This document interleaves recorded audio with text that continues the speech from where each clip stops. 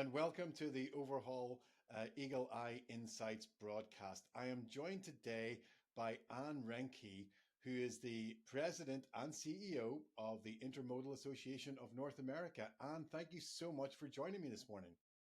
Thank you so much, David. I'm happy to be here. I'm excited to talk about cargo theft.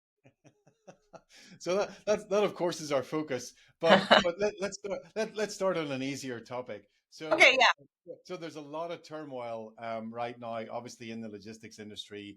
The tariffs are swinging the pendulum in either direction. What are you hearing from your members? What is the general sense on the ground right now? David, this is not an easier topic, but it's certainly a timely one.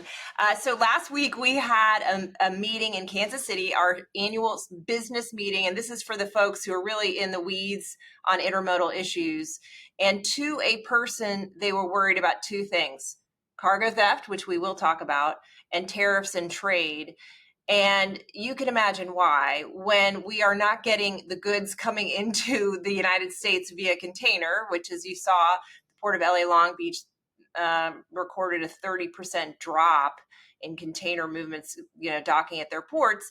That means they don't need the people that they have employed, and they don't have money coming in from customers. So we heard from a number of our folk who've had to lay people off in the drayage community because they just don't have enough work to provide them.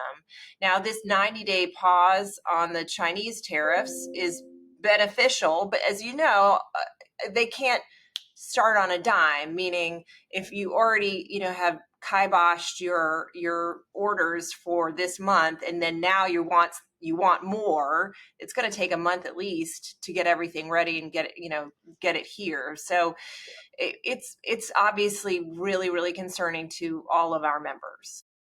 And it's a really interesting point, and it leads into our broader discussion today. But a lot of what we're hearing as well is that there's plans being put in place now to start moving a lot of inventory. But to your point, it takes time. The supply chain doesn't, you don't switch it off and then you start it up instantly. It does take time. But this is leading to the potential for a real surge sometime in the next 6 weeks, which is going to again cause more disruption at the ports because of the sheer volume of inbound. Yeah, and we're in a slightly better situation than we were in 2021 because there is excess capacity, as you know, certainly in truckload marketplace and in the railroad marketplace, there is excess capacity. So I don't know if we're going to have the kinds of snarls and disruptions that we had in 21 to such a great extent. However, having everything all at once makes it very, very challenging, even when you do have this excess capacity that we have. Right. And so, again, cargo theft then becomes a really interesting proposition because, what we always say at Overhaul is, cargo at rest is cargo at risk. And as the ports start to fill up again, and as there is, trying to bring these drayage operators and drivers back online, it takes time. And there's a real risk that we're going to see more cargo actually sitting at rest.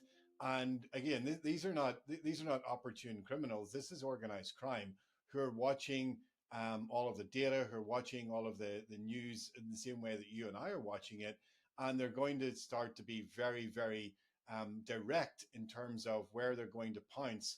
And there's going to be a lot of high value shipments coming in. So our concern at Overhaul is this is actually a very dangerous time for the industry, simply because there is going to be some level of backlog. There's going to be some of these bottlenecks as the supply chain starts to crank again and starts to work. But that's going to put an even greater risk onto our customers and onto the community in terms of the opportunistic, if you like, favorability that's going to be there for the criminal gangs. No, you're exactly right. And some of the things you guys are doing such an excellent job. If we think about cargo theft in three buckets, which is prevention, detection, and enforcement, you guys have got two of the three. We got to wait for the feds and the state folks to actually help us with enforcement. But to your point, I mean, some of our members already are doing things with positioning, for example, the containers in a desirable place on the ocean carrier or on the railroad, or not, not leaving the container unattended for any period of time if they can do it. But if there is this onslaught of freight, that means there are going to be fewer eyeballs on more things, which means there's an appetite for trouble. So many of these criminals are not deterred by fences, by locks that are on the container doors, by really anything. But even if they're in a private yard or a port facility, they're not deterred by that. And so you're exactly right. Whatever we can do now in advance of this would be a smart investment. And we do, we're very focused on, prevention as a cure. And, we have 5 billion data points. We add about 100 million data points every month. And so what we're doing now with our customers is we're trying to create that preventative capability whereby we're able to look at, any route, any carrier, any load, and actually give it a risk score based on everything that's ever happened, in the hope that we can actually help some of our customers think differently about the risk associated to any particular movement of cargo. But I think that, one of the challenges is I'm not sure that even with all of the great articles that are out there, and we were part of a CNBC Yes, I saw that. It was article. excellent. It was Yeah, excellent. and it is really about educating the industry around just this great risk. I mean, as regards intermodal, I mean, on the railways last year, there was 65,000 reported incidents of pilferage and theft. 65,000, and the price burden on that, reaches up into the billions of dollars in terms of cargo that is gone. As you talk to the industry, and you've got, one of the most important roles in terms of actually bringing the industry together, what are they thinking about in terms of, do they understand the seriousness of what's happening around them, and what are they willing to do to actually help prevent some of this going forward? Yeah, I think if we look at just the enforcement side of it, that's a lot of their focus to date has been the lack thereof. And as you know, railroads have their own police force, and they're stretched pretty thin. But to the extent that they can catch a criminal or a thief that is attempting to break into a container, what is enormously frustrating is to find that thief back the next day and getting caught the next day. And so that has been a large part of their focus, which is the resources are not available to a lot of states to actually go after cargo theft, because they're really focused on human crimes as opposed to property crimes, right? But part of our job and part of their job is to educate them that, to your point, what you said, this is not just simply guys and gals who just happen to get lucky and open a container. These are people who are part of an organized cartel, and not only are they doing these kinds of crimes, they're most likely doing other kinds of crimes which affect humans. And so it's something that we have to raise their attention of. In my role as president of IANA, we have created a cargo theft task force, because I do think that that's enormously helpful to have the focus on enforcement. But there is, to your point, so much that we should do collaboratively as relates to prevention and detection, whether it's just intelligence sharing, whether it's doing best practices, whether it's educating our membership about what to look out for and how to prevent crimes, and also investing in technology. Because this is going to be right up your alley. But if you spend $1,000 so you can prevent a $200,000 loss, doesn't that make sense? That's a lot of return on your investment. And we are, we were trying to find the right way to talk about this, and the analogy we came up with was painkillers versus vitamins. And it's really, along the lines of, you've got to think about this as an insurance policy. You've got to think about this as, you have to prepare for what inevitably might happen, but by the time you actually have a theft, it's already too late. And sure, you can start to take more measures to protect your supply chain after the event, but it's also worthwhile considering, as you would in any other part of the compliance of your business, to start thinking about this as, okay, what are the steps, what are the measures, what are the procedures that I can put in place to start to actually protect my valuable cargo, And of course, overhaul as a solution, we are here to help and support. But it's important that the industry understands that by the time you have to react, it's already too late. And so, what is a way that we can start to help people understand? Look, there's preventative measures that you can take. There's preventative solutions out there like overhaul that will actually help you. But it's a change in mindset to say this is a real problem and something needs to be done. So it's great to hear that you've got the cargo task force, because I think that's a great start in terms of not only building awareness but also showing that there's something practical that can be done, and it's that time. Yeah, I mean, we don't have to just empty our pockets and say we can't afford it, because that seems to me so short-sighted. We can't afford this scourge of cargo theft. And look, we know enforcement needs to be more severe. It's certainly not, but we cannot wait for the feds to come and save us. No one is coming to save us but ourselves. And so to us, that is part of our responsibility as an association, is to highlight the issues and what can be done. Obviously continuing to push on legislation that would make punishments more severe, that would provide more resources, that would create these kinds of,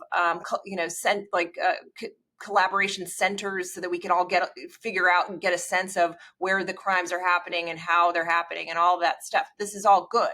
But in the meantime, what can we do?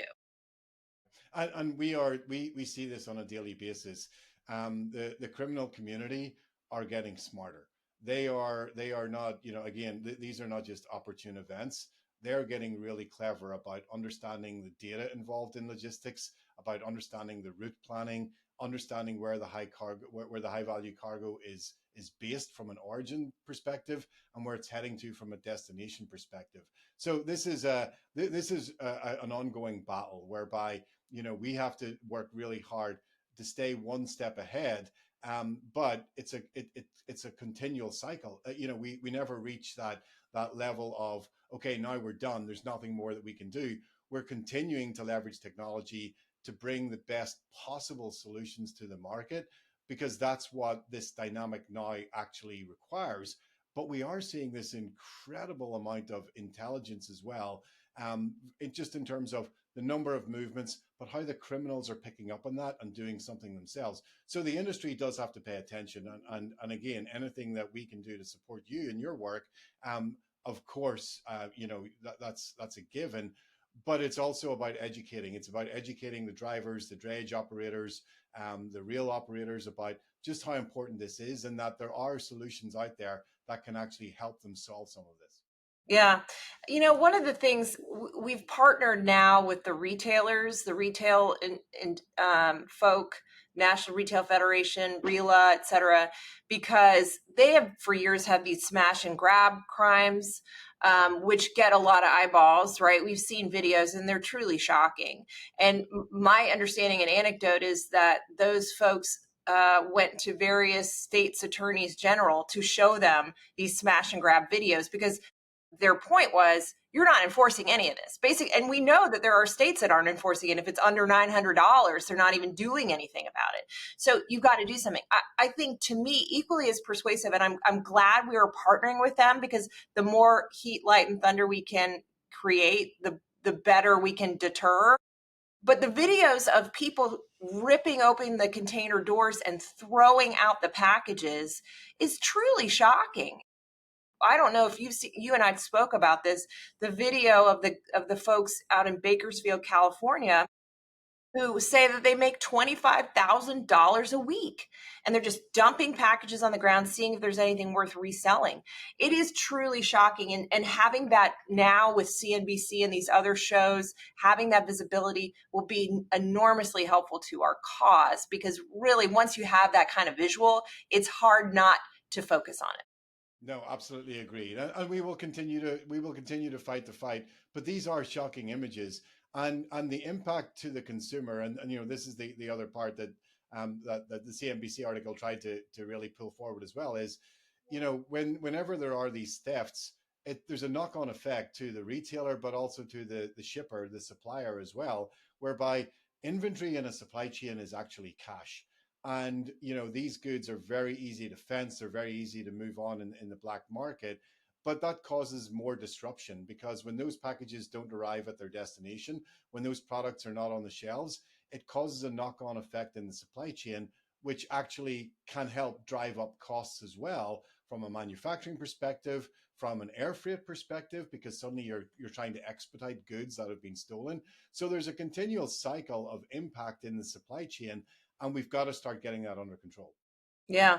So let's talk about this. When you think about sort of like 5 years from now, if we were to be successful in some ways of heat, light, and thunder, like I talked about, what do we see? How do we see them moving on? How do we make it such an unattractive crime so that, I hate to say it, but they move on to some other illicit enterprise? Like how, what does that kind of timeline look like to you? So what are the criminals going to be when they grow up? Yeah. I'm not. It's a great question. Look, I think about it. I think about it as this. I think that the physical supply chain is going to take some time to evolve.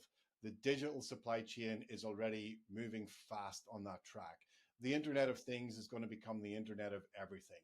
Every parcel, every SKU, every pallet, every shipment will have some level of connectivity. So the visibility that we will have in terms of being able to pinpoint very, very accurately and very timely where any particular product is going to be extreme. That's going to be a huge amount of data, but it's also going to be revolutionary in terms of when you think about, generative AI and what we can do with that data already, and how we can start to not only understand the potential impact, but start to predict exactly the chain of events.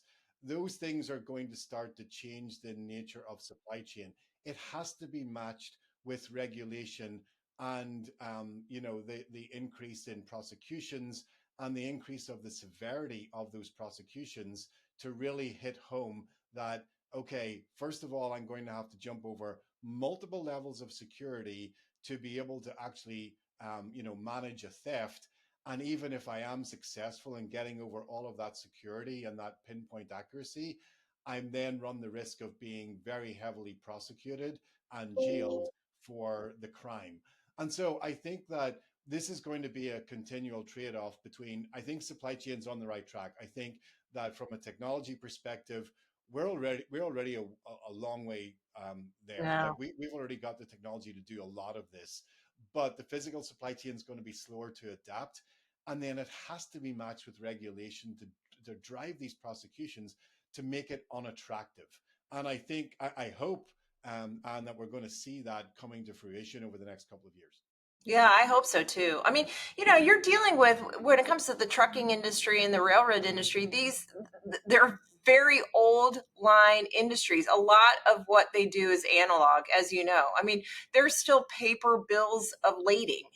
And so to the extent that we can make that operation more sophisticated but less hackable, I think that's incumbent on those industries to do so. It's so interesting though, because it's sort of like the digitization of freight has been so beneficial to all of us, but it's also created this risk because then people who are nowhere near where the freight is can interfere with where that freight goes. They could be in some other country and they can figure it out because of that digitization. So I mean, I guess everything is a series of trade-offs. It is, but I think that the digital supply chain will become more secure and it will become a lot more accurate. But the dark side of it, unfortunately, is that from a criminal fraternity perspective, if you think about it, moving illegal substances across the border, um, and then having to hide those and then having to distribute those is just not as attractive as being able to create a theft of AI server chips, Yeah. which are worth millions of dollars and can be easily sold on the market. And they're not illegal substances. They're actually they're perfectly legal to transact. So the dynamic has shifted.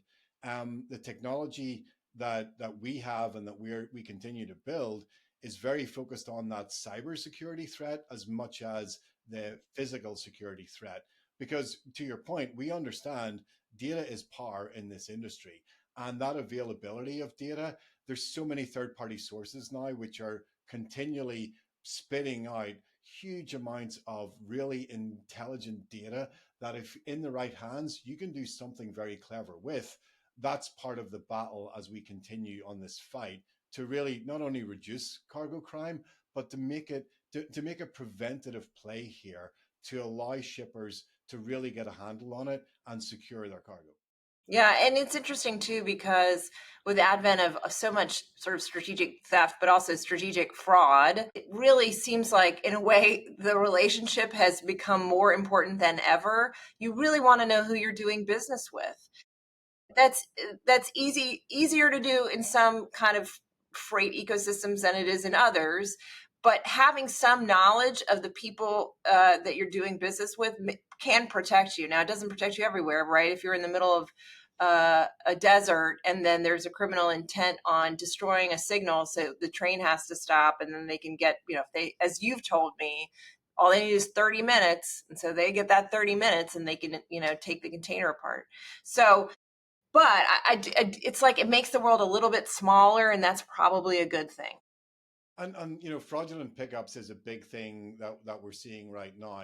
And we've brought a product to market called Fraud Watch to actually help prevent that, to make sure that these are certified drivers, and that the pickup is real. However, in our industry and in our climate, there's so many owner operator solutions in North America, and trying to digitize that fleet, if you like.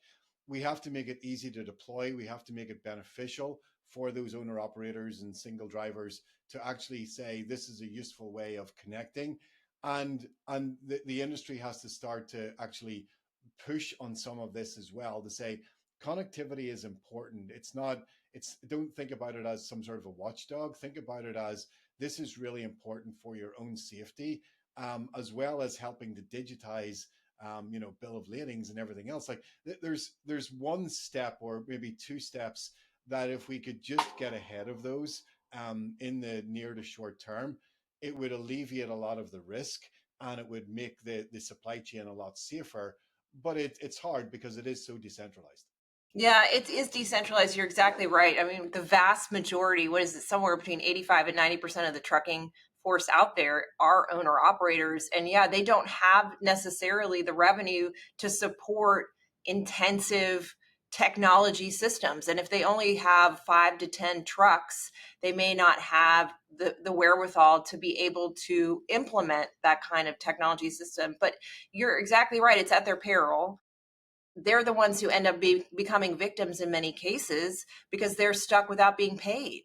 And so they may actually think that they're taking on a real pickup and it's a fictitious one, and then they don't have any income. And that's so destructive. So you're right. It's an education process too of this will benefit you. It is not Big Brother. It is someone who's going to help protect you. The technology helps. And it's been an absolute pleasure talking to you this morning. Thank you so much for joining me. We have a lot of work to do, but I think that the industry can really benefit if it starts to take more of the vitamins and less of the painkillers, and see where we can land. I agree. Thank you so much for having me. Okay. Thank you, Anne.